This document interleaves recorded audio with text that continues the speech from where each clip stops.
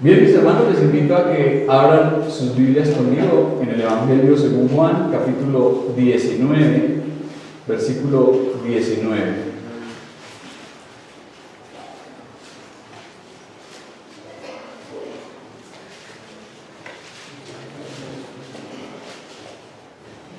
El Evangelio según Juan está después de Lucas y antes de Hechos. ¿Ya lo tenemos? Amén. Bien, vamos a darle observación entonces a la palabra de Dios. Capítulo 19, versículo 19. Escribió también Pilato un título que puso sobre la cruz, el cual decía: Jesús Nazareno, Rey de los judíos. Y muchos de los judíos leyeron este título porque el lugar donde Jesús fue crucificado estaba cerca de la ciudad, y el título estaba escrito en hebreo, en griego y en latín. Dijeron a Pilato los principales sacerdotes de los judíos: no escribas Rey de los judíos, sino que él dijo: soy Rey de los judíos. Respondió Pilato: lo que he escrito, amén.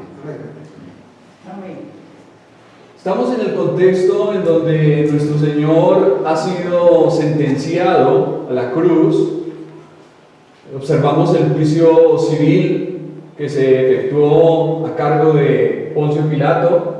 Vimos cómo los judíos estuvieron todo el tiempo instigando para que no se diese otra cosa que no fuese la crucifixión. Vimos en el contexto que le dijeron a Poncio: si tú no crucificas a este hombre, te haces enemigo de César y no estás para nada contribuyendo al imperio. Y ante esa amenaza, Pilato reaccionó y no tuvo más remedio que soltar a este delincuente llamado Barrabás. Recuerdan que en un momento determinado Pilato les dio a escoger: ¿quieren que suelte a Jesús, su rey, o soltamos a Barrabás? Barrabás era un malhechor, era un delincuente, un asesino, y ellos gritaron al unísono: suelta a Barrabás y crucifica a Jesús. Y estamos en ese contexto. Veíamos que nuestro Señor salió hacia aquel lugar llamado el Gólgota, un sitio cercano a la ciudad de Jerusalén, llevó su cruz, y observamos que también le crucificaron en medio de dos ladrones.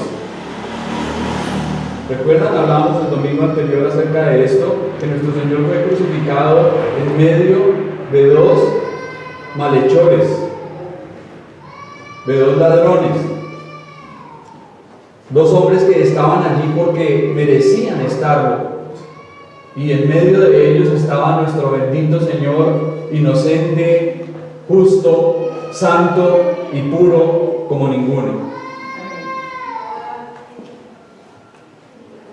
Bueno, entonces acabamos de observar en el versículo 19 que escribió también Pilato un título que puso sobre la cruz, el cual decía: Jesús Nazareno, Rey de los judíos.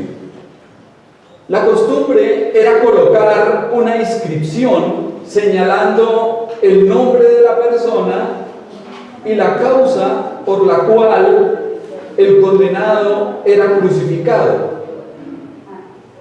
Sobre la cruz, en la parte superior, se colocaba un título que decía el delito. Así, el acto de Pilato no fue nada excepcional. Mateo llama a esto el cargo o la causa a esta inscripción, mientras que Marcos y Lucas hablan de una inscripción o epígrafe. La palabra epígrafe tiene dos raíces. Epi significa sobre. Entonces, cuando hablamos de episcopo, es un sobreveedor. Y cuando hablamos de epígrafe, es una inscripción o una escritura sobre. ¿Y sobre quién se colocaba esta inscripción? El crucificado. Sobre el crucificado, el sentenciado o el condenado. Así es. Este letrero intentaba ser irónico. Un rey desnudado y ejecutado en público, obviamente tenía que haber perdido su reino para siempre. Pero Jesús invierte la sabiduría del mundo, porque fue allí, en esa cruz, donde inicia su momento de gloria y de exaltación. Y ustedes pensarán y dirán, ¿pero cómo? Sí, en medio de semejante agonía, en medio de semejante escarnio, de esa vergüenza pública, esa ignominia, allí estaba nuestro bendito Señor, cumpliendo el propósito para el cual vino al mundo, satisfaciendo las demandas de la justicia de Dios Padre y pagando la deuda por nuestros pecados. Y fue allí donde nuestro Señor llevó a cabo su obra, por la cual Dios también después le exaltaría hasta lo sumo y le daría un nombre que es sobre todo nombre. Su muerte y resurrección serían un golpe definitivo y mortal al gobierno de Satanás y establecería su autoridad eterna sobre la tierra. Muy pocas personas entenderían aquella tarde sombría el verdadero significado de ese letrero, de esa inscripción, que no hacía más que expresar la verdad que no todo estaba perdido. Jesús es el Rey, no solamente de los judíos, sino también de los gentiles y de todo el universo. Juan menciona que Pilato escribió el texto, pero se entiende que él mismo no lo hizo. Mandó a que lo escribieran y ordenó que el título preparado para Jesús indicara su crimen: Jesús Nazareno, Rey de los judíos. No sabemos con certeza los motivos que impulsaron a Pilato para colocar esta inscripción de nuestro Señor sobre la cruz. Probablemente sentía ira, irritación, de modo que escogió unas palabras que ofendieran directamente a los judíos. Sometía a la burla pública a su rey como un pobre criminal de un mísero pueblo de Galilea. Jesús Nazareno. Sabemos que el término nazareno era visto de una forma despectiva. Los nazarenos eran tenidos en poco, por así decirlo, eran menospreciados. Y allí Poncio utiliza esta palabra, Jesús Nazareno. Un rey acorde con semejante pueblo.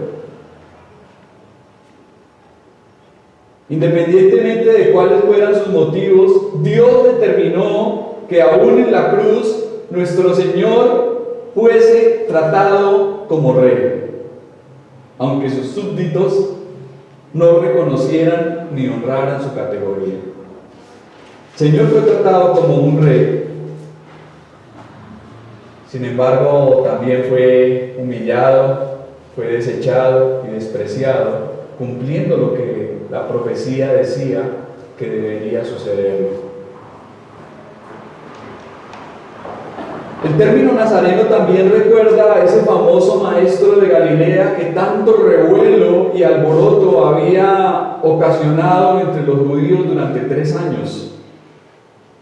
Por su parte, el término rey lo identificaba como el acusado por los principales sacerdotes de defender un reino al que ellos habían rechazado categóricamente, afirmando no tener más rey que César.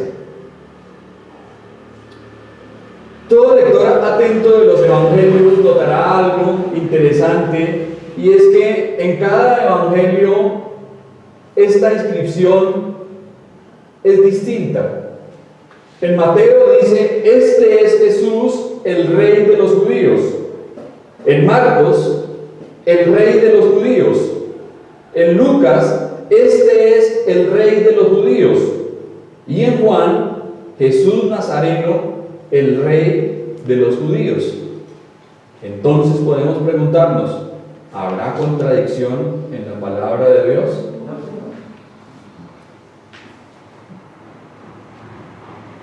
¿Cómo es que cada uno de los evangelistas dice algo diferente?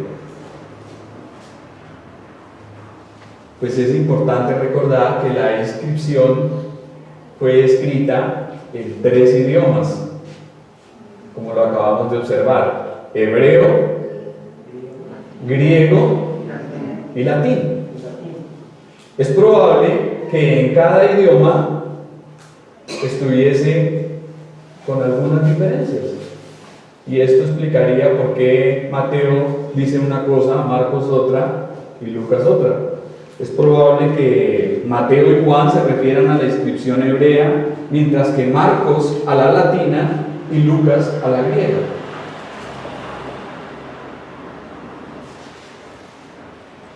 Pero independientemente de cómo haya sido, lo más cierto y verdadero de esta inscripción es que identificaba al soberano Señor como quien es el Rey.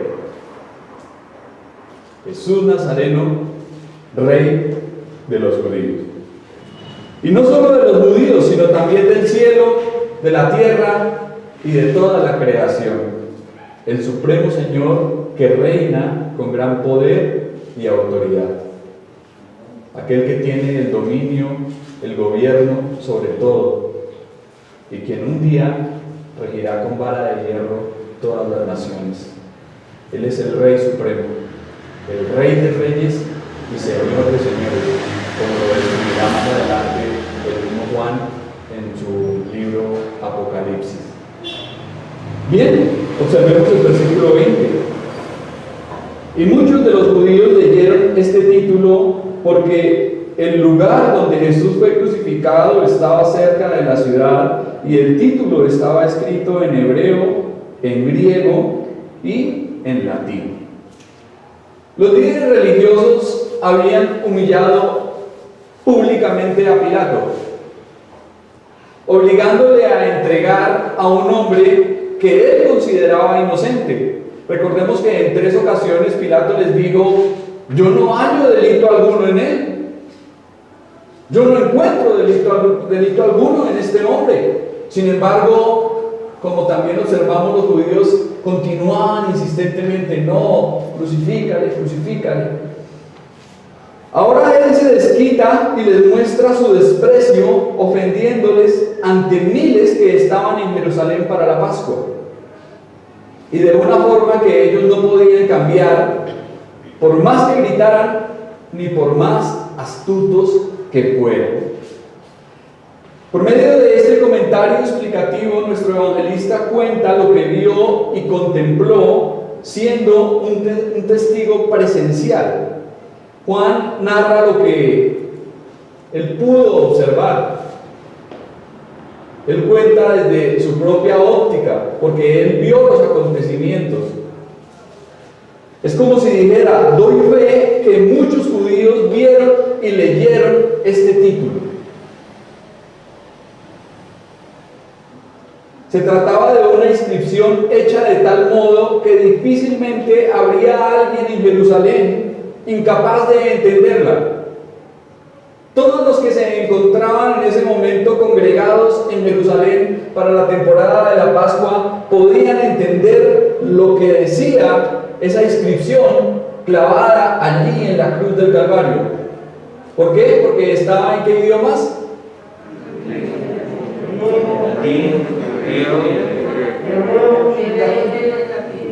Hebreo, griego y latín, correcto. Dado que estaba escrita en los idiomas más comunes, en hebreo, el idioma más antiguo y la lengua de los patriarcas y el mundo religioso, era el idioma de los judíos.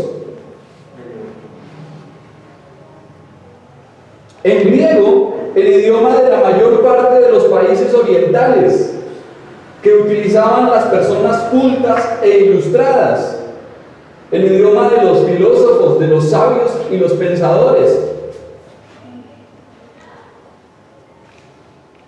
Y en latín, el idioma de los romanos, de la nación que gobernaba y se imponía en su momento. Era la nación que establecía la ley y el orden, Roma.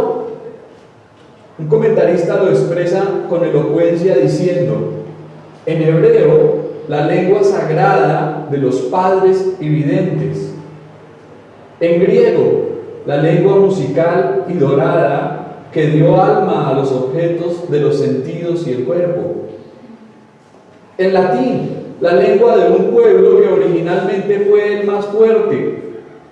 Los tres lenguajes representan las tres razas y sus ideas: revelación, arte, literatura, progreso, guerra y jurisprudencia. Siempre que existan estos deseos de la raza humana, siempre se puede hacer un anuncio en lenguaje humano. Siempre hay un corazón para pecar, pero también siempre habrá un ojo para leer el mensaje que tiene la cruz. Jesús de Nazaret, Rey de los judíos. Para el religioso, para el pensador ilustre, para el gobernante, el legislador, ni la religión, ni la filosofía o la ley pueden salvar a los pecadores. ¿Quién los puede salvar?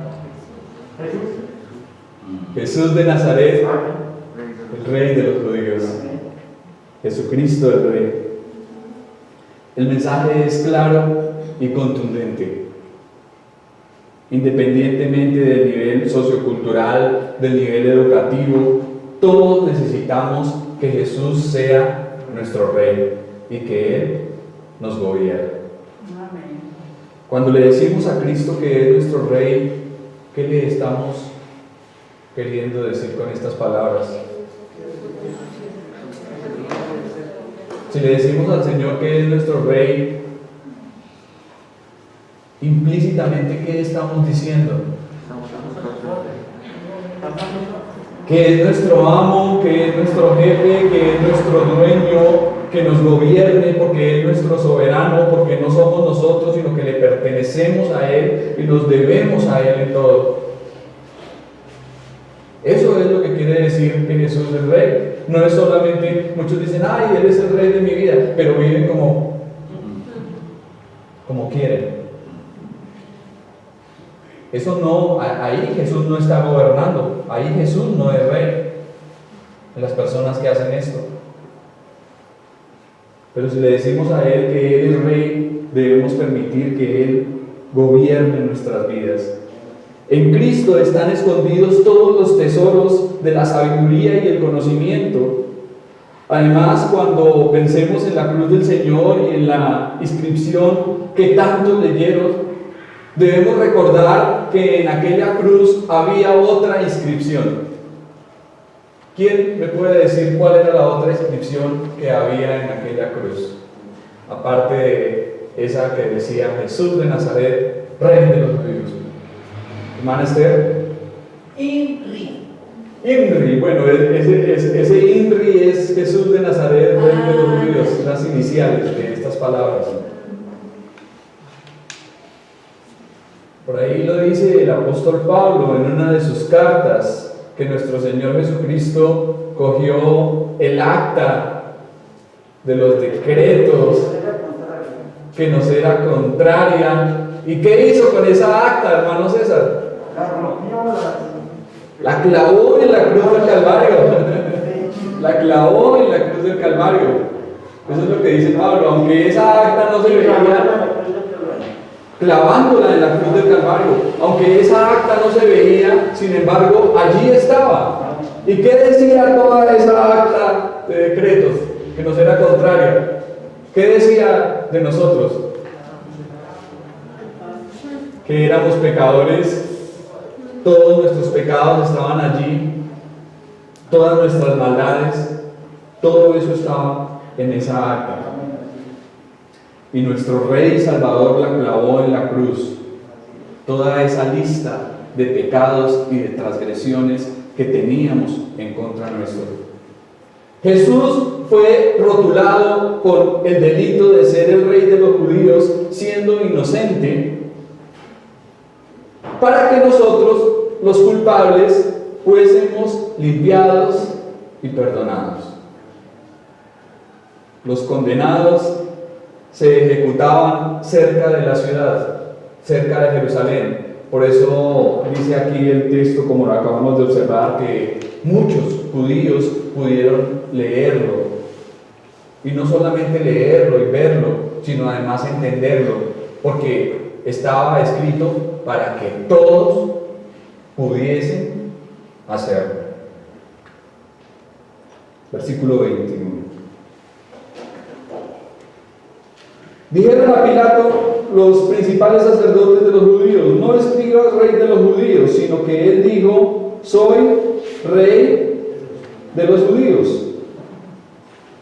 Este texto muestra los sentimientos de los principales sacerdotes al ver el título que Pilato puso sobre la cruz. Estaban molestos y airados, pues captaron la ironía y el desprecio en las intenciones del gobernador. Para nada les gustaba la idea de que aquel sentenciado ostentara el título de Rey de los judíos, y menos que se proclamara a los cuatro vientos y públicamente que ellos habían crucificado a su propio rey. Obviamente eso les iba a incomodar demasiado. Y lo que se leía en esta inscripción claramente les hacía mala imagen, hablaba muy mal de ellos. Y es que generalmente la verdad, ¿qué hace? Hiere y ofende. Donde quiera que se hable la verdad, donde quiera que la verdad sea dicha, la verdad hiere, molesta e incomoda.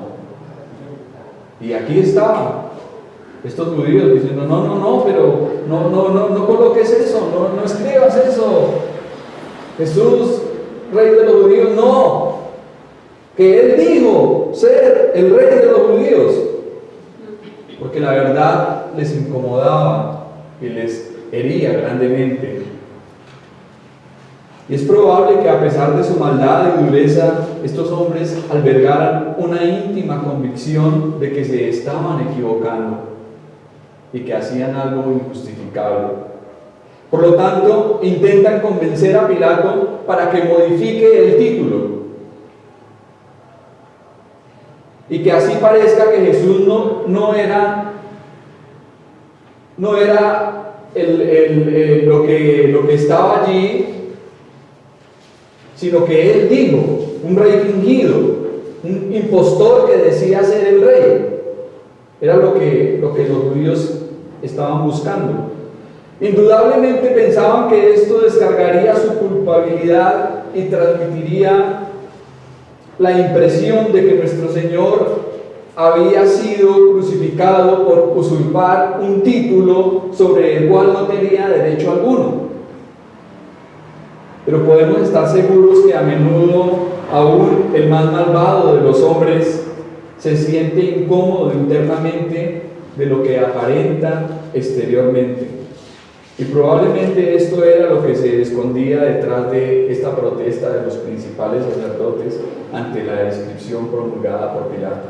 Ellos querían aparentar otra cosa, querían demostrar algo distinto a lo que realmente sus conciencias les estaban condenando y acusando en ese momento. Versículo 22, y termino. Respondió Pilato: lo que he escrito, he escrito. Cuando su relación con César y su puesto estaban en peligro, el procurador estuvo dispuesto a doblegarse ante la presión de los judíos, pero ahora estaba firme como una roca. Y estas palabras muestran su carácter arrogante, imperioso y duro, y también su desprecio hacia los judíos, por lo cual parece decir: no me molesten más ya con este caso ni con este título, porque lo que he escrito no lo voy a cambiar por complacerlos a ustedes. Lo escrito, escrito está. Son dos verbos en presente que enfatizan la finalización de lo que había sido escrito. Ya había terminado. Lo escrito, escrito está.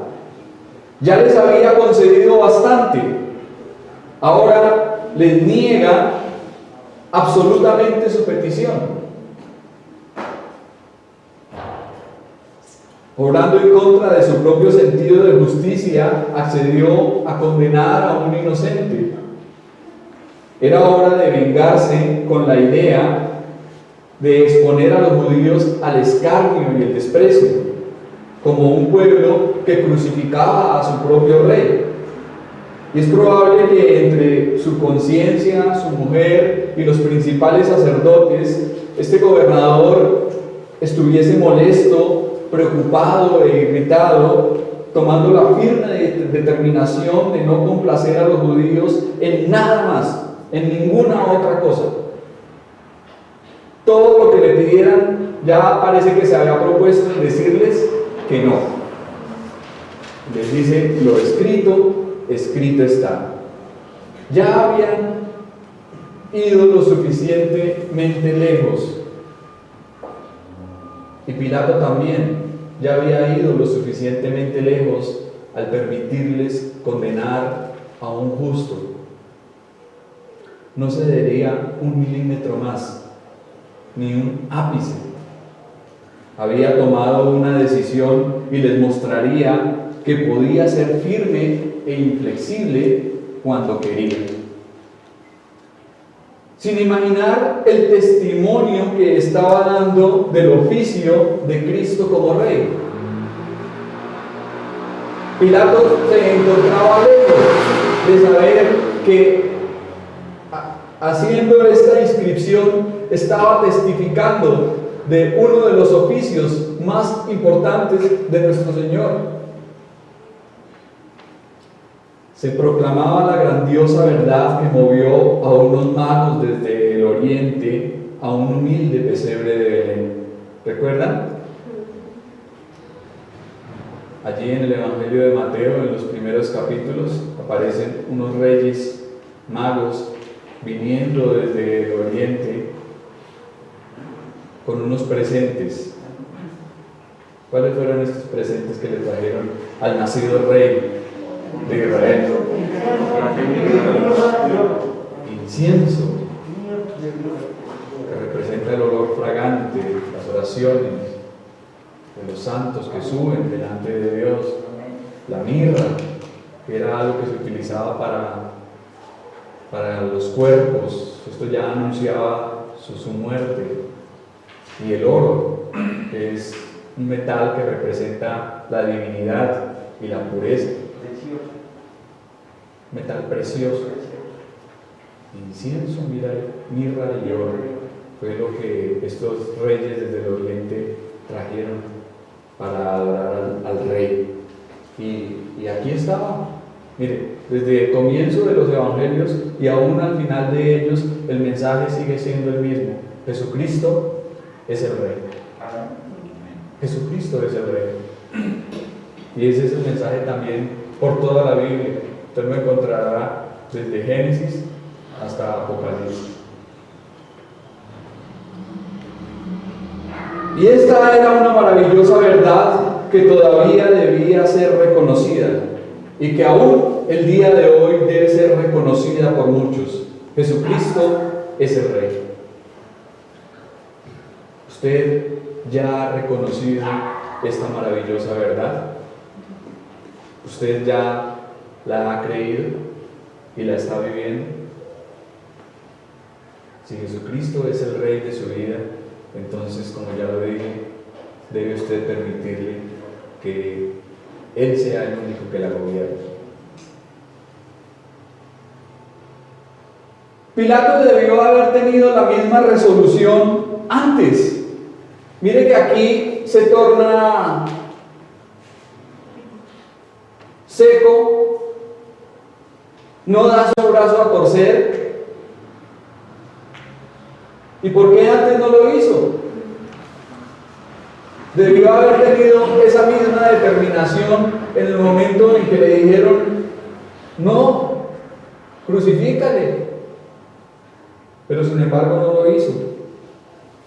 Y no es raro ver cómo un hombre que ha cedido al mal y ha hecho caso omiso a su conciencia en un sentido, intenta compensarlo siendo firme en otro. Entonces, para tratar de... Ya lo escrito está. Sí, pero también lo hecho está. Y es que ya nuestro Señor había sido azotado, ya había sido coronado de espinas, escupido, clavado en la cruz. Ya era también demasiado tarde, ¿no? Para mostrar firmeza y decisión cuando en lo principal fue un cobarde y un débil de carácter. Sin embargo, como quiera que haya sido, las palabras de Pilato, al igual que las de Jesús, están destinadas a permanecer para siempre. Son una verdad que aún hasta el día de hoy se pronuncia, y muchos continúan diciendo estas palabras de Poncio Pilato allí, y es: lo escrito está. Esto es un adagio popular, ¿no? Pero debería ser también para nosotros una enseñanza y un claro ejemplo de que en ciertas cosas debemos actuar con firmeza, ser inflexibles en ciertas cosas. ¿Como cuáles? En la defensa de la fe. Sí, correcto, sí, en hacer defensa de la fe, en hacer apología. Pero ¿en qué otras cosas debemos ser inflexibles? Debemos ser firmes. La tentación, contra el pecado, contra esa clase de cosas debemos mantenernos inmutables. Contra la desobediencia, para no fallarle a Dios. En eso deberíamos seguir el ejemplo de este hombre. Probablemente Pilato, al entrevistarse personalmente con Jesús, sospechaba que sus pretensiones eran verdaderas, pues veía credibilidad en sus afirmaciones. No obstante, existe la evidencia suficiente para pensar que este hombre no se convirtió a Cristo. Pilato no se convirtió al Señor. Ustedes me dirán: ¿pero por qué? ¿Cómo lo sabe? Pues la historia dice que volvió a chocar con los judíos y Roma lo llamó desterrándolo a Galia, en donde se suicidó. el hombre que en cierto momento actuó como un cobarde, mire que lo continuó siendo y finalmente terminó suicidándose.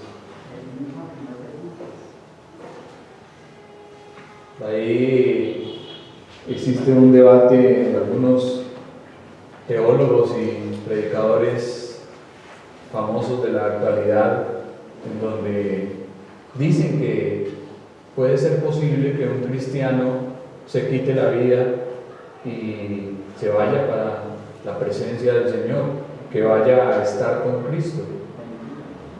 ¿Será que esto tiene sustento bíblico, coherencia?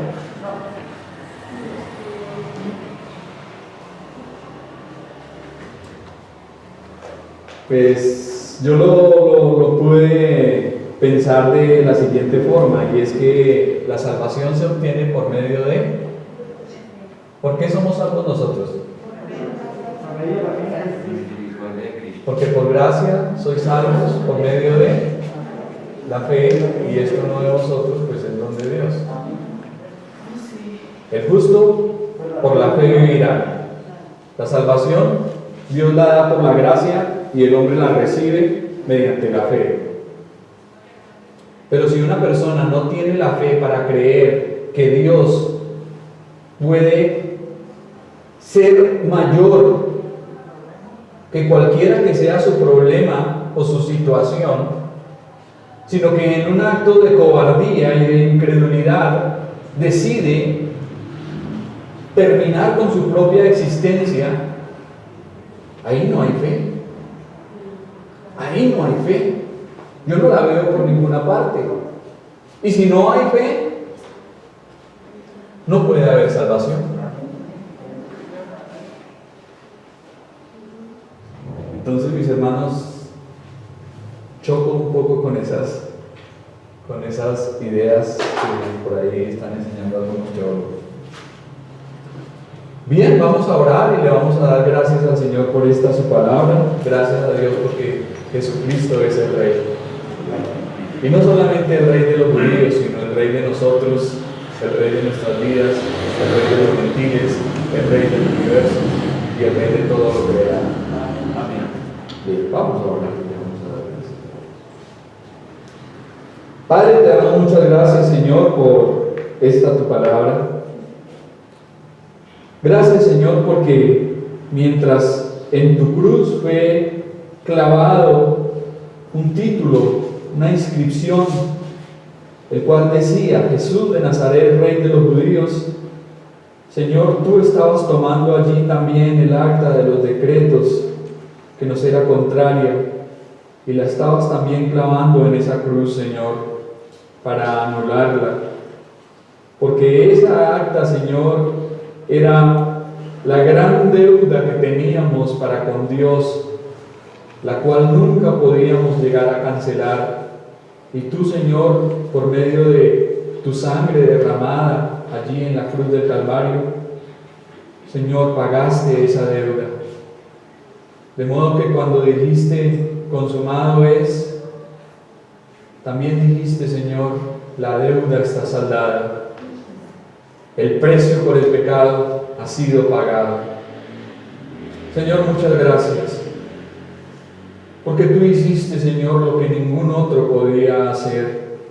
Se requería de un sacrificio perfecto, se requería de una víctima que fuese sin mancha, sin pecado, y solamente tú, Señor, podías dar tu vida para que nosotros, Señor, viviésemos eternamente. Señor, muchas gracias porque estuviste dispuesto, Señor, a todo esto. Ya hemos visto, Señor, todo lo que sufriste, los azotes, la corona, la sed, el dolor, la agonía, la humillación, tantas cosas, Señor, que tú sufriste para darnos vida, Señor, y para que por medio de tu muerte, Señor, podamos acercarnos confiadamente a ese trono de la gracia. Padre, muchas gracias, Señor, por todo lo que has hecho por nosotros, por lo que continúas haciendo. Gracias, Señor, porque como decíamos también en esta mañana, mientras hayan ojos, Señor, para leer en un lenguaje humano, habrán allí en la cruz unas palabras muy importantes hablando a todos los hombres. Jesús de Nazaret, el Rey de los judíos. Jesús, el Rey de nuestras vidas, el amo, el dueño y el Señor de todo lo que somos, a quien le debemos todo y a quien damos la gloria y la honra, porque Dios lo ha exaltado hasta lo sumo. Señor, muchas gracias. Gracias porque permitiste, Señor, que te trataran como a un malhechor y como a un delincuente, crucificado allí entre ladrones y pecadores. Señor, tú siendo santo, tú siendo justo, tú siendo perfecto, Señor, tomaste nuestro lugar, llevaste nuestro pecado y sufriste por nuestras culpas. Señor, muchas gracias por todo, Padre. No tenemos cómo pagarte, Señor. Simplemente queremos darte la adoración y la alabanza que te pertenecen, Señor, y te corresponden por todo lo que eres y todo lo que has hecho, Señor. Te damos muchas gracias en el nombre de Jesús. Amén.